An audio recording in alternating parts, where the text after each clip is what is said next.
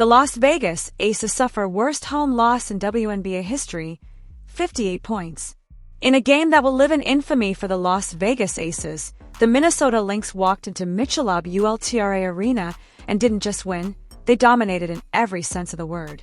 What unfolded was one of the most shocking beatdowns in WNBA history, with the Aces suffering a record-setting 58-point home loss, falling to the red-hot Minnesota Lynx by a staggering score of 111-58. Let's be absolutely clear, this wasn't just a bad night. This was a complete and total collapse, both offensively and defensively, for the two-time defending champions. And make no mistake, the Lynx didn't just come to play, they came to send a message to the rest of the league. The message? Minnesota is not here to play games, they're here to dominate, and they don't care who you are. A nightmare from start to finish. From the opening tip, you could tell something was off with the Aces. They were slow on rotations, hesitant on offense, and downright soft defensively. The Lynx, on the other hand, were the exact opposite, aggressive, composed, and playing with the kind of killer instinct that championship teams are made of. By the end of the first quarter, it was already ugly, Minnesota 35, Las Vegas 17. By halftime, it was downright embarrassing, Minnesota 67, Las Vegas 33. The Aces looked like a shell of their usual selves. They were passive in transition, routinely beat off the dribble, and failed to close out on shooters. In stark contrast, the Lynx were laser-focused, draining three after three and turning defense into instant offense. By the time the fourth quarter came around, Minnesota wasn't just winning, they were humiliating the Aces on their home floor. The final score, 111-58, a 58-point loss at home, the largest margin of defeat at home in the history of the WNBA. That's not just a footnote, it's a stain on what was supposed to be a championship-caliber team. Stats that tell the whole story. Want to know just how bad it was? Let's break it down. Field goal shooting, Aces 34.3%. Free throw shooting, Aces 50%. Yes, you read that right. 50% from the charity stripe. Three-point shooting, Lynx a scorching 63%. When your opponent is hitting nearly two-thirds of their threes and you can't even hit free throws, you're not just going to lose, you're going to get blown out. And that's exactly what happened. Even worse, the Lynx out-rebounded the Aces, out-assisted them, had more steals, fewer turnovers, and even more fast break points. Every single category that defines effort, execution, and hustle, the Lynx dominated them all. Lynx stars lighted up. Minnesota had 4 players score 17 or more points, showing how deep and unselfish this team is when they're firing on all cylinders. Kayla McBride, steady, explosive, and efficient. Her outside shooting kept the Aces on their heels all night. Napheesa Collier, an MVP-caliber performance, until she unfortunately left the game in the fourth quarter due to a minor foot injury. The early report is that it's not serious, but the Lynx will be hoping that's the case. She's simply too valuable. Jessica Shepard owned the paint and controlled the glass. A blue-collar effort that paid huge dividends. Natisha Hiedeman, the engine in the backcourt. She pushed the tempo, found open shooters, and knocked down shots herself. This wasn't just about one player going off, it was about a team playing at its peak performance level. The Lynx executed their game plan perfectly, and they made the Aces pay for every mistake. What went wrong for Las Vegas? Where do we begin? 1. Lack of defensive intensity. The Aces came out flat and stayed flat. There was no urgency, no communication, and no pressure. Minnesota got open look after open look, and when you allow a team of this caliber to get into rhythm early, good luck stopping them. 2. Turnover trouble. Sloppy passes, lazy dribbles, miscommunication. This was not the disciplined Aces team we've seen under Becky Hammon. Every mistake turned into a bucket the other way. 3. Offensive stagnation.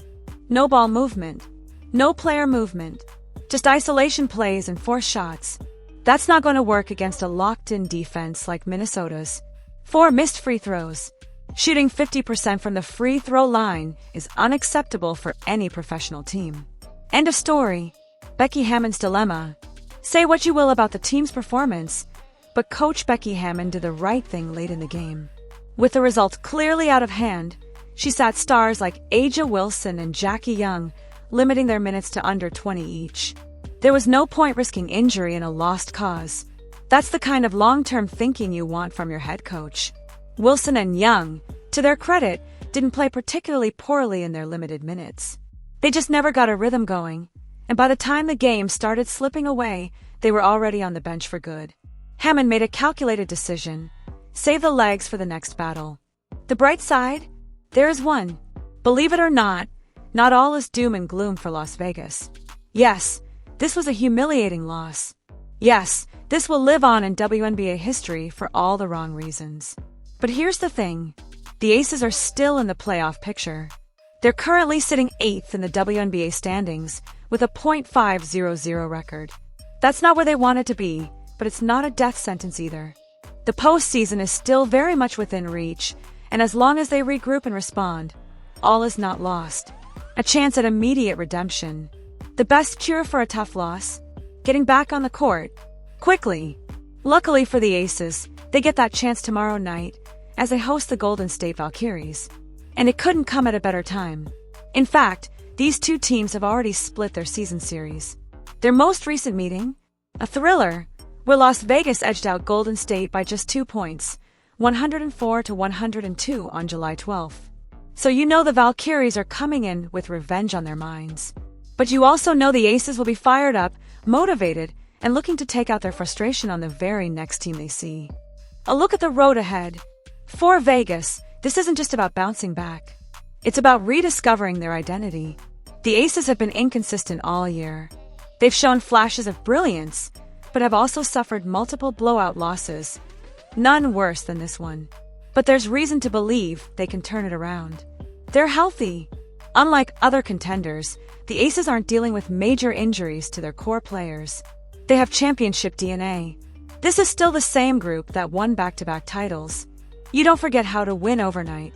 They have Becky Hammon, one of the best minds in basketball. If anyone can light a fire under this team, it's her. Final thoughts. What this means. Losses like this are rare. They're shocking. They rattle your confidence and force you to look in the mirror. But they can also be turning points. Moments of embarrassment that fuel comebacks. Wake-up calls that galvanize a locker room. For the Las Vegas Aces, this must be exactly that. This isn't about one game, it's about how you respond. The Aces now know the floor of their potential. They've seen the worst. What matters now is whether they rise from it, whether they fight back, and whether they prove to the WNBA world that they're not done just yet. Because if the Aces can use this loss as motivation, if they can come out swinging tomorrow night and string together wins heading into the playoffs, then this 58-point disaster will just be a footnote in a much bigger redemption story. Stay tuned. The story of the 2025 Las Vegas Aces isn't over. In fact, it may have just begun. Best team in the league, this was going to be a test. F. Next question.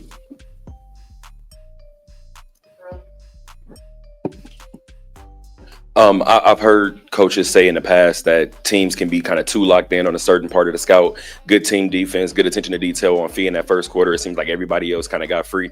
Is that kind of what you saw as well? That's what happened, but that was not the game plan.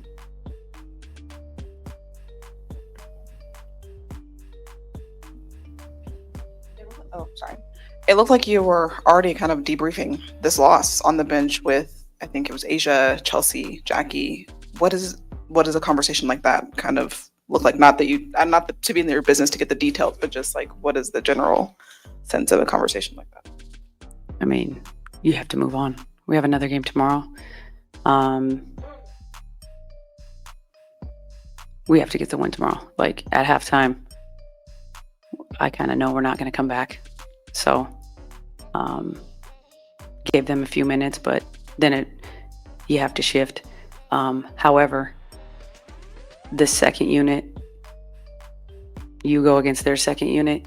Everybody has to have pride in what they're doing out there all the time. And we didn't 1 through 10. You know, we didn't. The players were asked a similar question to this one, but like through 3 games against the Lynx, it's gone worse each time. And I'm just wondering, what's your read on, I guess, why that is? Like, well, today we ran into a buzzsaw. I mean, they make 13 out of 14. You're not doing that as a group very often, even if you're just warming up. However, we started the oven for them. I mean, they were on a heater, and we lit the gas up by being out of position. We're beat in the first action, and it's just catch up. And anytime we put 2 on the ball, which, our post defense, our white to pay, it was awful today. And it's not about, okay, yeah, they were ready. Everybody in the league knows we do it. Like, it's not a hard scheme to figure out. However, we did it. So we did everything at a grade F today. There's just, the defense doesn't matter. All right, we'll go to Cassie on Zoom. Cassie. Hey, Coach. Cassie with Women's Basketball 365. Earlier in the season, I believe we saw zone coverage a couple times, though I could be mistaken. How do you feel your team performs in a zone, and what adjustments are you considering to address the defensive lapses that we've been having? Well, a good zone has good man principles, and our man principles were terrible today. So as much as I'd like to put in some junk, zone, this, that, the other thing is you can't play a zone against that team because they can stretch you out to where there's no chance when you have all 5 players that can shoot threes very efficiently. Not only that, the times that we have run zone, I haven't liked it. And even though I'd like to put some other things in, you can't put things in if you can't get the basics right. And we haven't been able to get the basics right in some of these games. Now, we made a little bit of progress, the last, 5 to 7 games, but it's like asking a baby to walk before they crawl. You have to be good and fundamental and have the basics so nailed down that it comes so natural to you. Your first habit, your first instinct is solid basketball, and we weren't. All right, thank you, Coach. Napheesa Collier walked off the court with assistance after suffering an apparent foot injury. Cheryl Reeve explains controversial Napheesa Collier decision. The Lynx's win was overshadowed by Napheesa Collier's ankle injury. With little time left in the third quarter, Collier went down with what looked like a rolled ankle and had to be helped off the floor. Fortunately, she was able to walk to the locker room. When Collier went down, the Lynx were up 92-42, and Maria Klein-Dekova was waiting at the scorer's table to sub in for one of the Lynx's starting bigs. The score made fans wonder why Collier was even still on the court when she suffered the injury.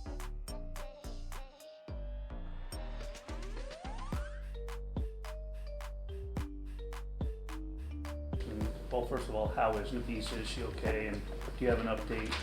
Yeah, these things are too soon, right after a game. I mean, she was in the locker room with us. But as is protocol, they'll, tomorrow, or whatever chance we get, we'll continue to evaluate and examine images, all that good stuff. Without prying, Cheryl, obviously, you're off till Tuesday, which is good for her. Mm-hmm. Will she fly back to Minneapolis for imaging? It's just way too early. We don't at this point in time. I don't know exactly what's happening. Okay. Yeah.